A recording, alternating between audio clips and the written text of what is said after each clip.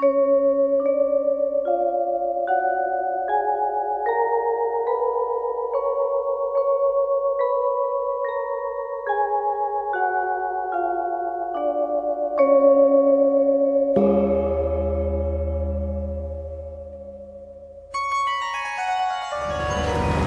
กนมัสการพระเทรานุเทระขอเจริญสุขเจริญพรออกตนญาติโยมพี่น้องท่านชาวพุทธ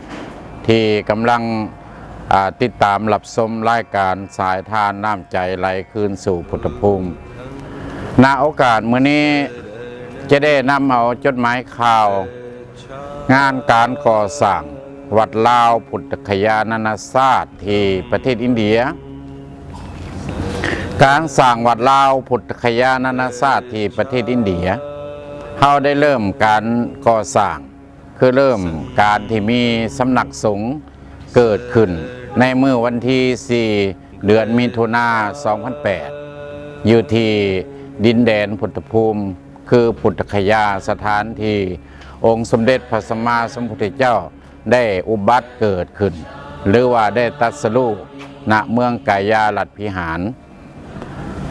อยากจะย้อนกลับมาให้ทุกท่านได้รับทราบว่าเป็นหยัง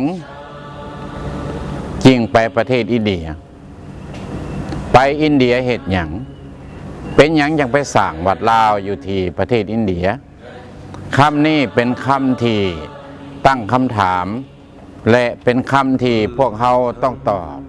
รายละเอียดต่างๆให้ทุกท่านที่ได้หับชมหับฟังและอยากจะทราบรายละเอียดเป็นอย่างจริงไปประเทศอินเดียเพราะว่าสถานที่เจ้าชายสิทธัตถะได้เกิดขึ้นอยู่ที่ประเทศอินเดียในเมื่อก่อนณเวลานี้ก็แมนเป็นประเทศเนปาล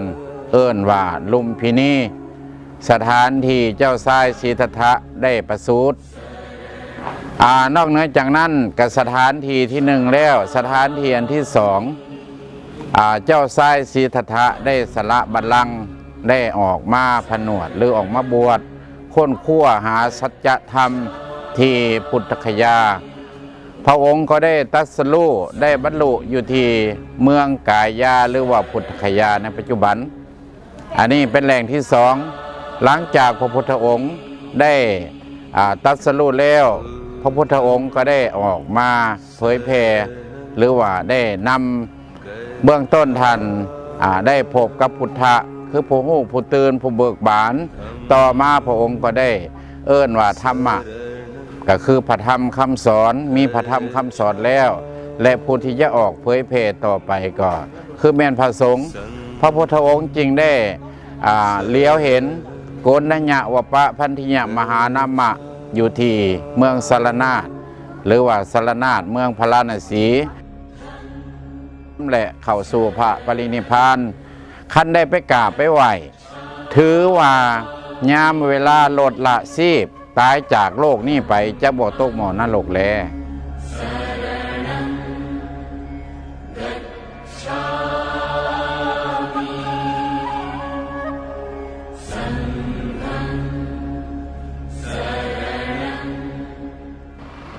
เป็นหยังจังไปสร้างวัดลาวที่ประเทศอินเดียจุดประสงค์การสร้างวัดนั้นเพื่อพวกเขาและทานทั้งหลายจะมีจุดนั่นคืออย่างถ้าเขามีวัดยามเวลาที่พวกเขาทานทั้งหลายบ่ว่าพระสงฆ์สมณเณรบ่ว่าออกตนญาติโยมได้เดินทางไปที่ประเทศอินเดียก็จะมีที่พักผ้าอาศัยถ้าพวกเขาอยากไปศึกษาเฮียนบ่ว่าพระสงฆ์สมณเณรก็มีบ่อนอยู่บ่อนเศร้าถ้าพวกเขาจะไปปฏิบัติธรรมเขาก็มีบ่อนบำเพ็ญศีลภาวนาอันนี้แหละเป็นอย่างพวกเขาจึงไปสร้างวัดอยู่ที่ประเทศอินเดียเขาสร้างขึ้นมาแล้วเพื่อเป็นการบูชาคุณพระพุทธเจ้าพระธรรมเจ้าพระสังฆเจ้าจริงอยากจะขอฝากให้ออกตนญาติโยมพี่น้องท่านชาวพุทธทั้งหลายว่าได้โอกาสเวลาแล้วได้เวลาแล้วที่พวกเขาจะได้ห่วมกันเป็นน้ำหนึ่งใจเดียว คือว่า We are one เป็นน้ำหนึ่งใจเดียวเพื่อเสียสละทางจิตใจเสียสละวัตถุเสียสละปัจจัยเพื่อไปอุ้มสู้ให้ความห่วมมือสนับสนุนในการอุปถัมภ์สร้างวัดลาวพุทธคยานานาชาติที่ประเทศอินเดียระยะนี้พวกคณะของเขาจะได้นำพาทานได้ไปชมไปพบไปเห็นวัดนานาชาติวัดต่างประเทศ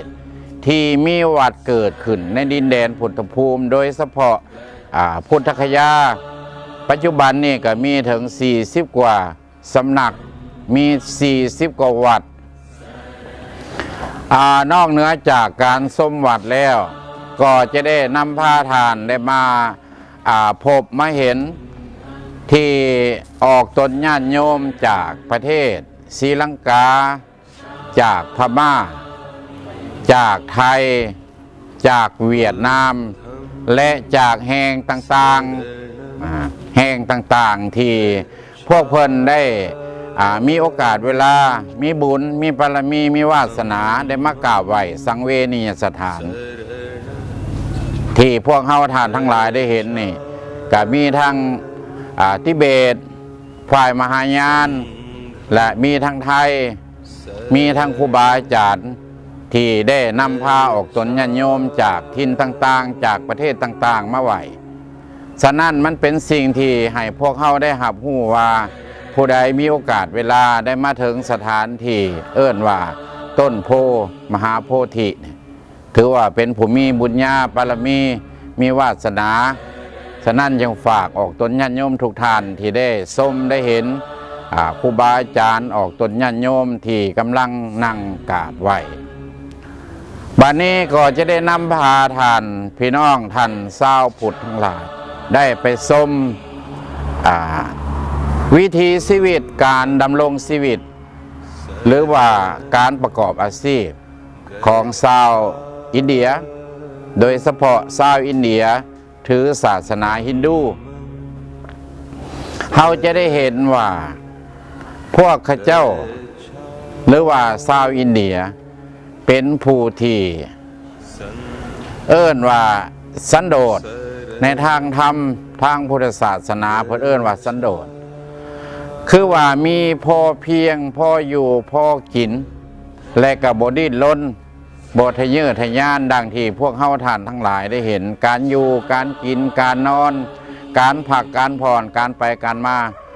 ลูกเล็กเด็กแดงเฮาก็จะได้เห็นกัน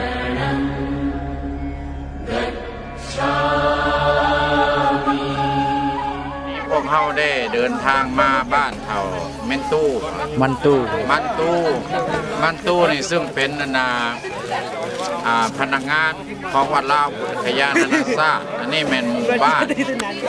ของมันตู้และก็จะได้มาเบิ่งมาศึกษาเกี่ยวกับชีวิตการเป็นอยู่ของชาวอินเดียหมู่บ้านมาเบิ่งแรกรู้สึกว่าได้รับความอบอุ่นจากพี่น้องชาวอินเดียเพราะว่ายิ่งเพราะว่าชายเพราะว่าน้อยเพราะว่าใหญ่นี่ก็แม่ผู้สำคัญอีกคนหนึ่ง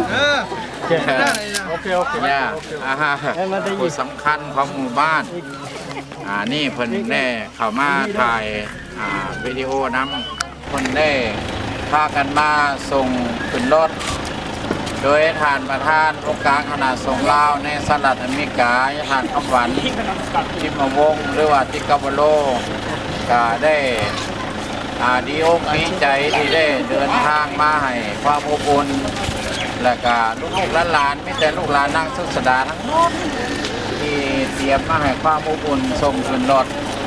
ปานนี้ก็จะได้อำลาพระจากลูกหลานก็ทุกกลุ่มทุกคนธัญวาสบายก็ได้บายโอเคธัญวาสโอเคบัดนี้ก็จะได้นำพาท่านได้มาพบการก่อสร้างวัดลาวพุทธคยานานาชาติปัจจุบันนี้เขาได้สร้างขึ้นมามีอยู่3สั้นสั้นหนึ่งมีอยู่15ห้องสั้นที่2มีอยู่15ห้อง สั้นที่3มีอยู่15ห้องรวมแล้วที่สมบูรณ์มีห้องน้ำมีปูพื้นด้วยดินกะโลรวมแล้วมีอยู่45ห้องหนึ่งเขาจะสามารถนอนกันได้บ่ต่ำกว่า3 คนและบ่กาย4 คนสะดวกสบายอันนี้ก็ส่วนหนึ่งบาดนี้มาเว้าเกี่ยวกับว่าเฮามีห้องนอนแต่เฮายังบ่มีสาดเสื่อหมอนหมุนเตียงนอนแอร์พัดลมดอกไฟอันนี้เป็นสิ่งที่จำเป็นที่สุดเรื่องอุปกรณ์อันนี้ก็ต้องฝากกับออกตนญาติโยมพี่น้องท่านชาวพุทธทุกท่านเกิดศรัทธากับพยายามติดต่อหรือว่าโทรศัพท์703 927 9886และนอกเหนือจากท่านได้มาพบกับห้องน้ำและก็อยากให้ท่านได้มาเห็นเฮือนครัวสภาพเฮือนครัวสภาพบอนอยู่บอนสันบอนอยู่บอนกินของพระสงฆ์ประเทศอินเดียซึ่งเต็มไปด้วยแมงวันเต็มไปด้วยยุงฉะนั้นในโอกาสโครงการมอนี่พวกเขาอยากใส่ตะนางอยากจะสั่งโฮงครัวโฮงทานขึ้นเพื่อให้ออกตนญาติโยมครูบาอาจารย์ได้ครบได้สันได้อยู่ได้พักได้พรสะดวกสบาย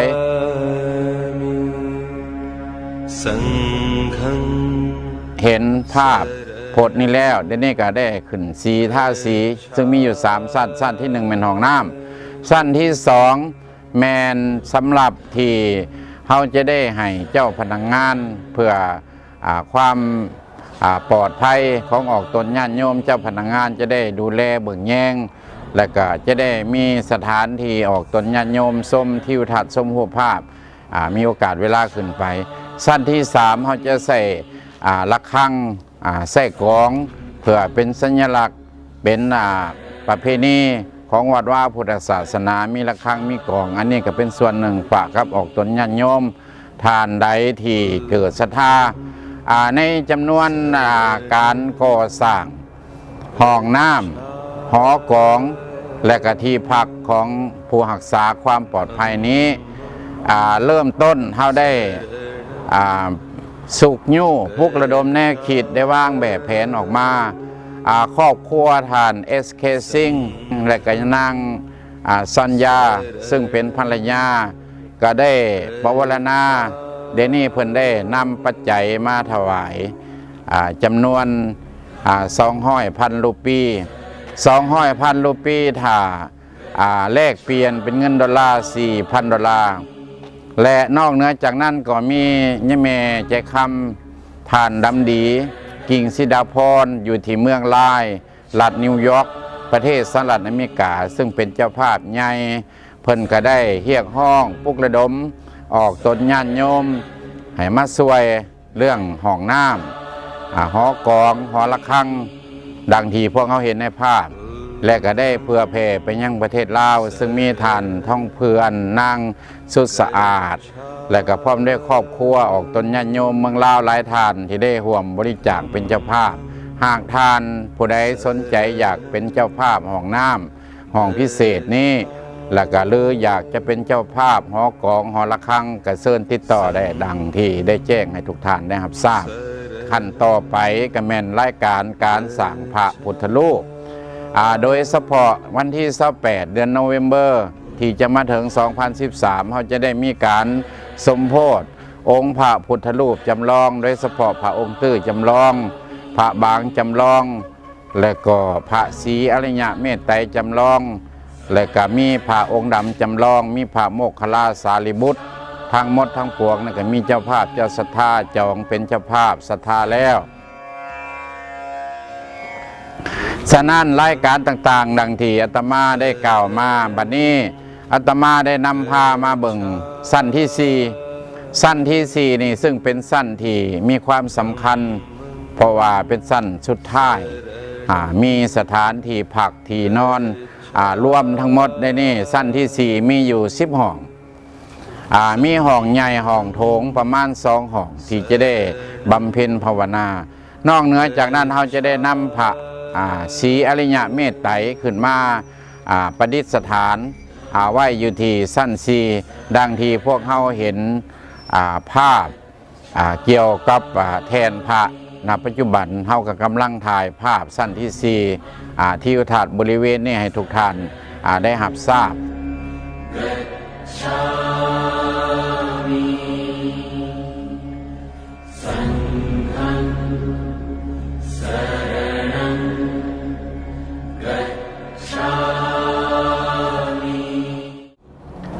สนัดรายการสายทานน้ำใจไหลขึ้นสุพุทธภูมิจดหมายข่าวซาวผุดในครั้งนี้อาตมาในนามต่างหน้ายทันบุญมีกิติธรรมวโนคณะสงฆ์ออกตนญาติโยมเจ้าภาพเจ้าศรัทธาคณะกรรมการทุกทั่วมุมโลกรายละเอียดต่างๆอาตมาจะได้นำพาท่านได้มาชมได้มาเห็นว่าท่านสนใจการเดินทางที่จะมาร่วมในงานเฉลิมฉลองกรุณาติดต่อดังที่รายการท่านได้เห็นในภาพในจอทีวีและสำหรับการเดินทางครั้งนี้เขาจะแบ่งเป็น2 ภาคส่วนภาคส่วนหนึ่งท่านจะผ่านโดยเฉพาะยุโรปจากประเทศฝรั่งเศสแต่ว่าบินตรงจากปารีสมานิวเดลีจากนิวเดลีปัตตนะหรือกายาอีกภาคส่วนที่2โดยเฉพาะจากประเทศลาวเวียดนามเขมรซิดนีย์เคมเมราหรือโดยเฉพาะแมนประเทศออสเตรเลียท่านจะบินตรงมาต้องผ่านประเทศไทยหลังจากผ่านประเทศไทยแล้วทุกท่านแล้วแต่ท่านจะเลือกการเดินทางเขามีอยู่2 เส้นทางเส้นทางที่1เขาจะใช้การบิ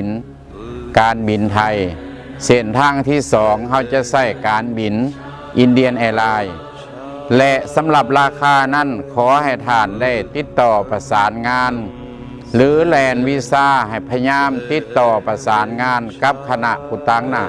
วัดลาวพุทธคยานานาชาติแต่ละประเทศแต่ละบุคคลที่เกี่ยวข้องสำหรับราคาการเดินทางเขาจะบ่ใช้ลักษณะแบบธุรกิจถือว่างานครั้งนี้เป็นงานการกุศลงานเพื่อพวกเขาท่านทั้งหลายจะไปกราบไหว้องค์สมเด็จพระสัมมาสัมพุทธเจ้าถึงว่าฝากความปรารถนาแด่ทุกท่านหากท่านสนใจหรือกรุณาติดต่อสอบถามรายละเอียดนำการจัดตั้งผู้ตั้งหน้าของพวกเขาฉะนั้นในโอกาสนี้หวังว่าจะได้พบทานวันที่28 เดือนพฤศจิกายน 2013 หรือ 2556 อยู่ที่วัดลาวพุทธคยานานาชาติขอความสุขความสวัสดีจงเกิดมีแก่ท่านที่กำลังหับชมหับฟังณที่นี่ขอให้ทุกท่านประกอบไปด้วยอายุวัฒนะสุขภละทุกคู่ทุกคนทุกอาจทุกองค์เจริญพรน้อมนมัสการ